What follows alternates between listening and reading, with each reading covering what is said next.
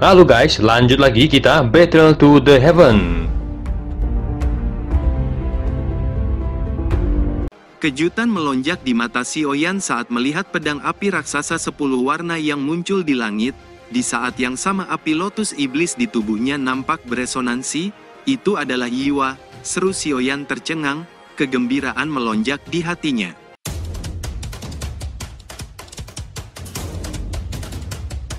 Pedang api apa itu? Seru semua orang terkejut saat melihat pedang api 10 warna yang memancarkan suhu sangat panas di langit, membawa tekanan besar yang menyapu sekitarnya.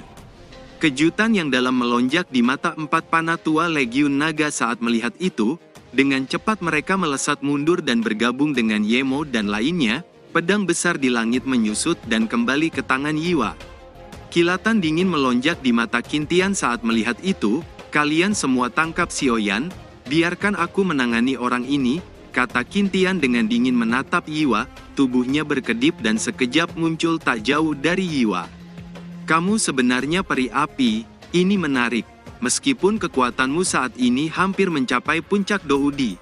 Namun, perbedaannya dengan Douxian tidak sedikit, kata Qintian dengan tatapan serakah saat dia menatap Yiwa, jika dia bisa menangkap Yiwa dan menelannya, kekuatannya akan melambung.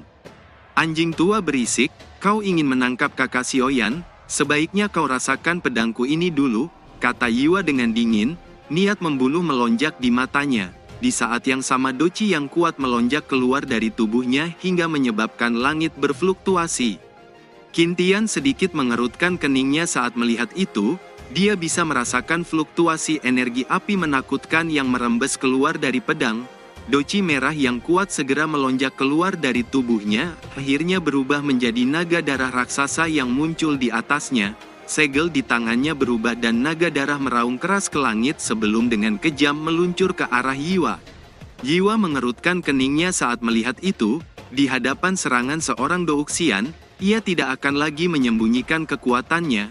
Api 10 warna melonjak di pedangnya saat ia dengan kejam menebas pedangnya ke depan. Segera cahaya bilah tajam 10 warna melesat ke depan sebelum berubah menjadi pedang api raksasa 10 warna yang dengan keras menghantam naga raksasa hingga menyebabkan ledakan keras dan riak energi liar menyapu sekitarnya. Sementara riak energi liar menyapu, Yemo dan 8 lainnya menyerbu ke arah Xiaoyan dan mengepungnya.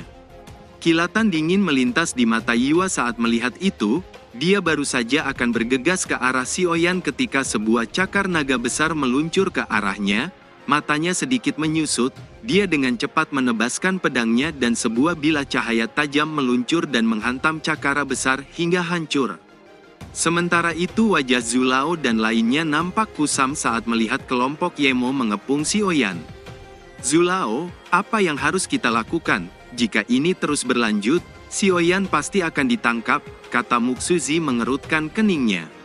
Aku tahu itu, mari kita tunggu dan lihat, jika dia dalam bahaya, kita akan membantunya, kata Zulao dengan dingin menatap Yemo. Bocah menyerahlah dan ikut kami, atau kau akan terluka, kata Yemo dengan dingin. Anjing tua istana Xuanling, dari dulu hanya bisa main keroyokan, kata Xiaoyan dengan senyum mengejek. Kilatan dingin melintas di mata Yemo saat mendengar itu, bentuk formasi, tangkap bocah ini, kata Yemo dengan dingin. Dimengerti, teriak 8 sosok lainnya, segel di tangan mereka berubah dan ruang di sekitar mereka nampak bergetar ketika cahaya merah merembes keluar dari udara sekitarnya sebelum akhirnya berubah menjadi formasi penjara yang menutupi Xiaoyan di dalamnya. Senyum dingin muncul di wajah Yemo saat melihat itu. Segel di tangannya berubah dan sebuah cakar raksasa muncul dari dalam formasi membawa tekanan kuat saat dengan kejam meluncur ke arah Xiaoyan. Bocah, sudah berakhir, kata Yemo dengan senyum dingin.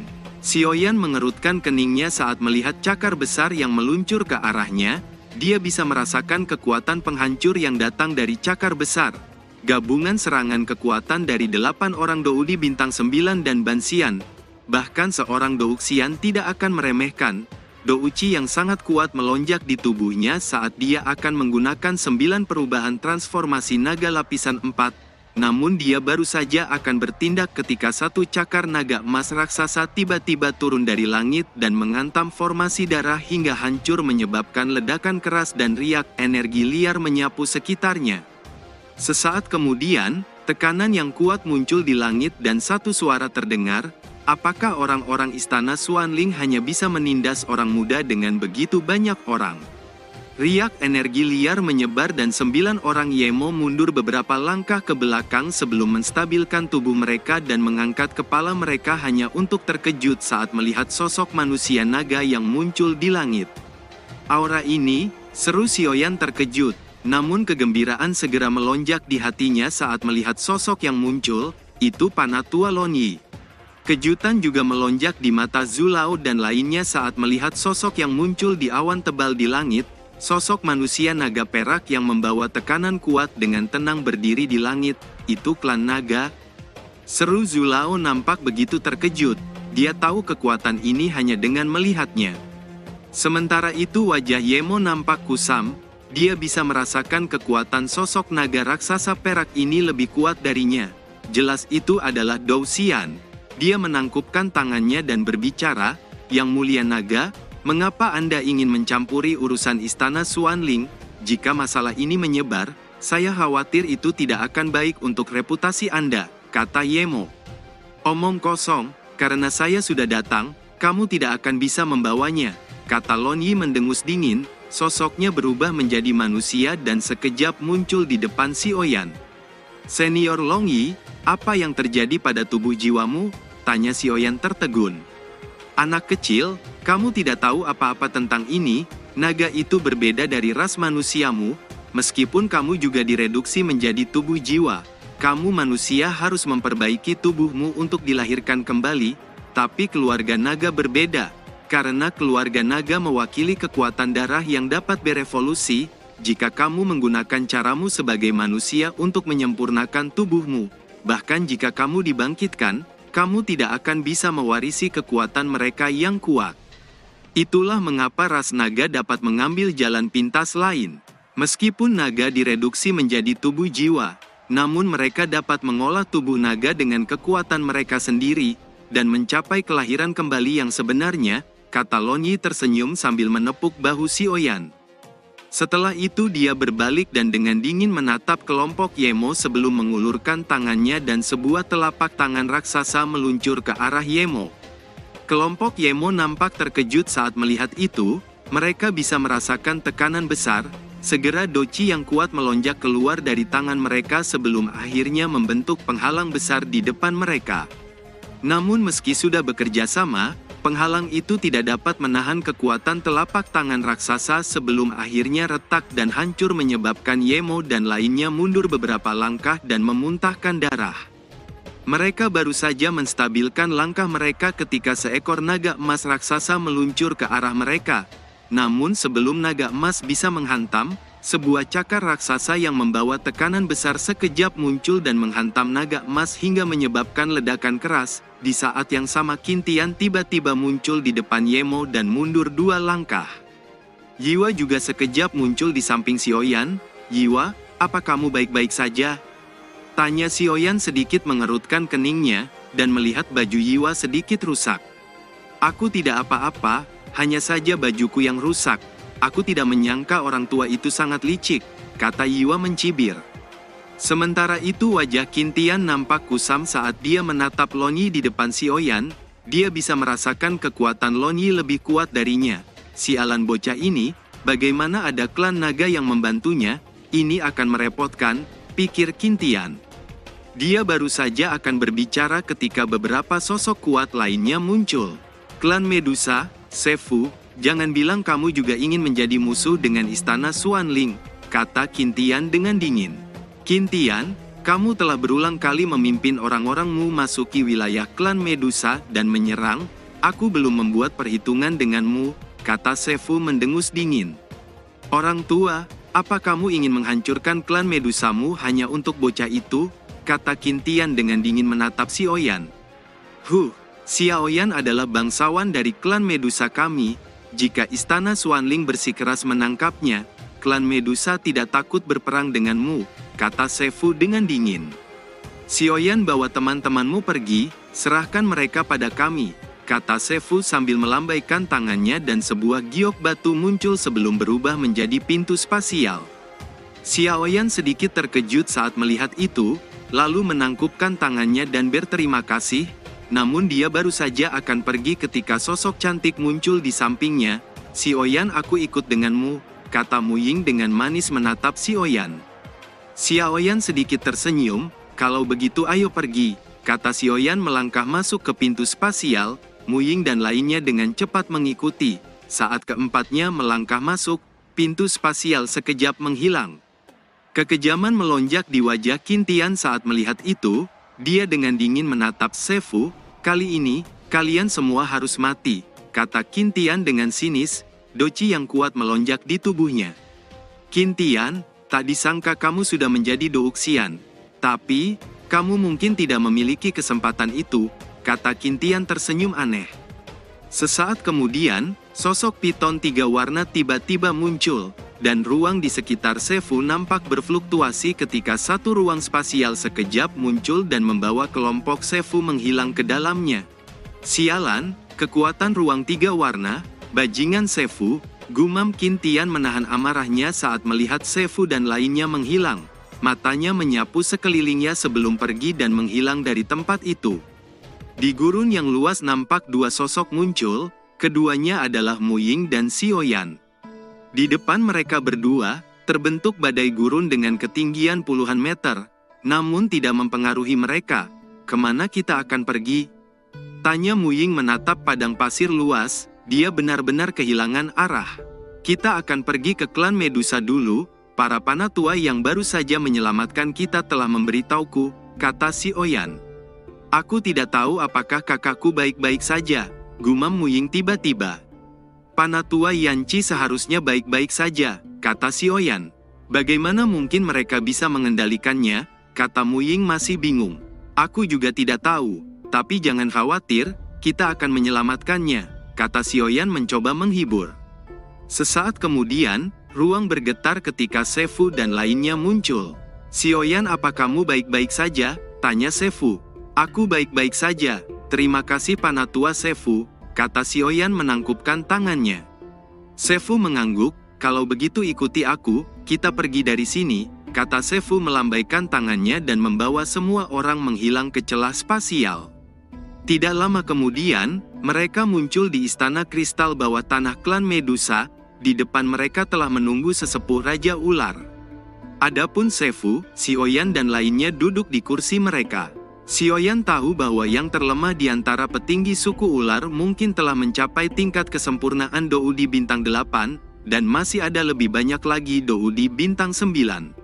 Salah satu dari mereka menatap Sefu dengan tajam saat berkata, "Ular tua, Raja Ular, aku akan membuka pembicaraan. Apakah layak menggunakan kekuatan klan Medusa kita hanya untuk Xiaoyan?" kata seorang lelaki tua dengan mata kesal saat dia menatap Xiaoyan. Di antara klan Medusa saat ini, 8 suku besar telah bergabung di bawah kepemimpinan Ratu Medusa, tapi sayang sekali, kalian berempat menolak untuk bergabung, kata Raja Ular di sebelah Sefu dengan marah. Raja Ular, kamu tidak perlu menggunakan Ratu Medusa untuk menindasku. Meskipun dia telah memperoleh warisan dari piton 10 warna, dia adalah orang luar, jadi bagaimana dia bisa menjadi seperti kita? Kata Mubar tidak senang. Mobile, jangan melangkah terlalu jauh, jika bukan karena Ratu Medusa, aku khawatir kamu sudah mati puluhan kali, kata Raja Ular dengan marah. Bagaimanapun manusia ini akan menarik serangan dari istana Xuanling, dan klan Medusa kita akan diserang, kata Mubar mendengus. Kamu berbicara omong kosong, kata seorang gadis muda dengan cahaya piton 3 warna di tubuhnya. Melihat suasana makin panas, Xiaoyan mengangkat tangannya dan berkata, semuanya, karena masalah ini datang dariku, saya akan menyelesaikannya, kata Xiaoyan dengan tenang. Mubar sedikit mengernyit saat mendengar itu, kamu adalah manusia yang sering disebut oleh Ratu, kata Mobile memperhatikan Xiaoyan dengan tajam. Meskipun Xiaoyan memiliki kekuatan tahap tengah Doudi bintang 7, namun dia merasa ada kekuatan misterius dalam tubuh Xiaoyan. Dia melambaikan tangannya dan sebuah cahaya melesat ke arah Xiaoyan. Melihat itu, Xiaoyan hanya tenang melambaikan tangannya dan jejak darah yang mengandung 9 warna di tubuhnya tiba-tiba keluar. Dengan munculnya 9 warna darah ini, wajah Mubar berubah drastis. Rasa hormat muncul di matanya saat dia bertanya sambil tertegun, "Mengapa kamu memiliki darah piton 9 warna? Apa hubunganmu dengan Ratu Medusa? Dia adalah istriku," kata Xiaoyan tidak menyembunyikan rahasianya lagi. Suasana seketika menjadi sunyi saat suara Xiaoyan terdengar. Suara yang keluar dari mulutnya terdengar seperti guntur. "Jangan bicara omong kosong," kata Mobile dengan wajah tidak percaya. "Itu benar, Ratu telah memberitahuku tentang masalah ini," kata Sefu tiba-tiba berbicara. Sementara itu Muying nampak begitu terkejut, tubuhnya gemetar, dia masih tidak mempercayainya. "Istri, Xiaoyan, jadi kamu sudah memiliki istri?" kata Muying dengan suaranya bergetar, matanya tak percaya menatap Xiaoyan. "Iya, benar," kata Xiaoyan perlahan mengangguk.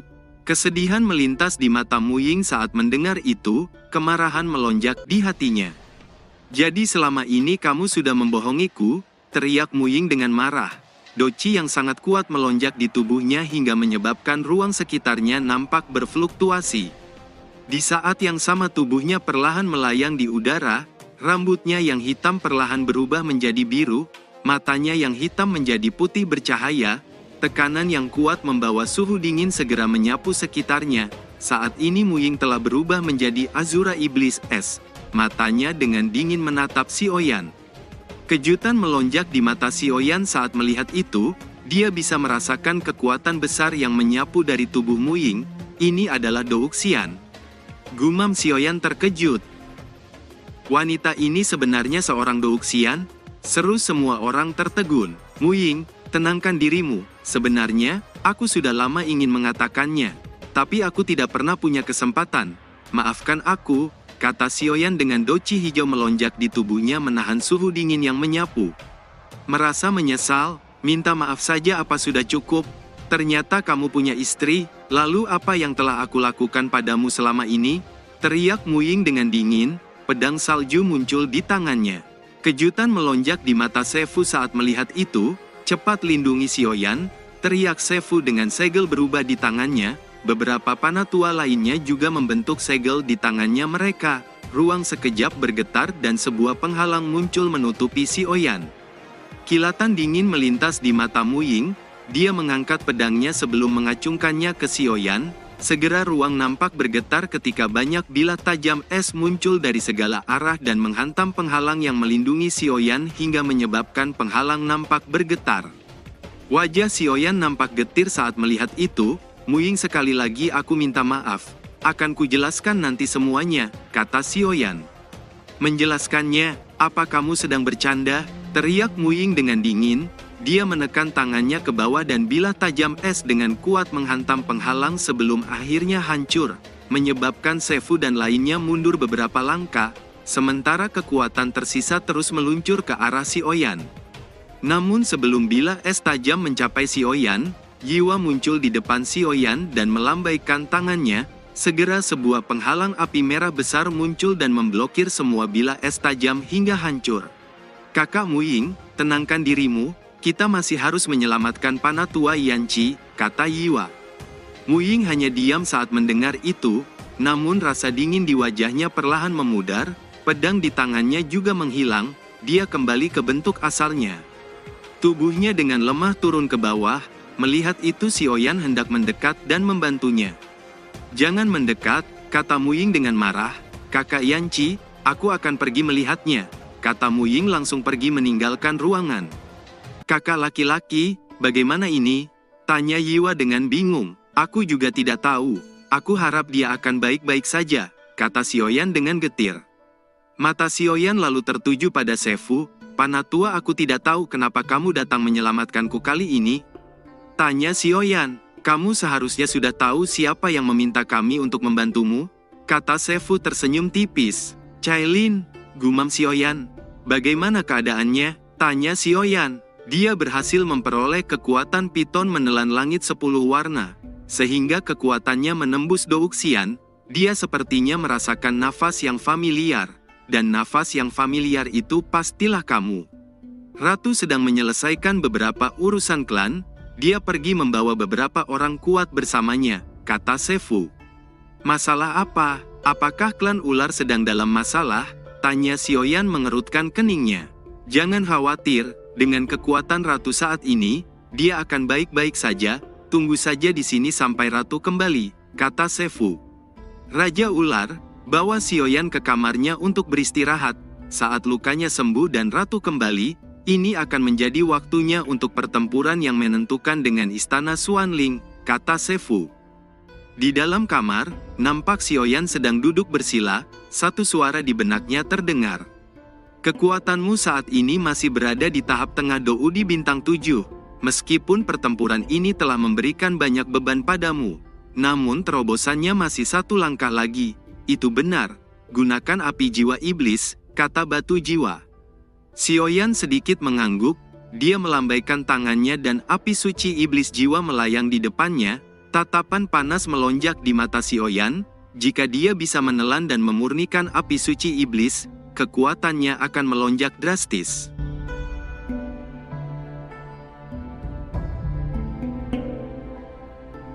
Cerita pun selesai, nantikan spoiler selanjutnya guys. Buat yang belum subrek, dibantu subrek yo guys, biar jalan terus spoilernya. Buat yang udah subrek, mudahan dilancarkan rezekinya. See you and ciao.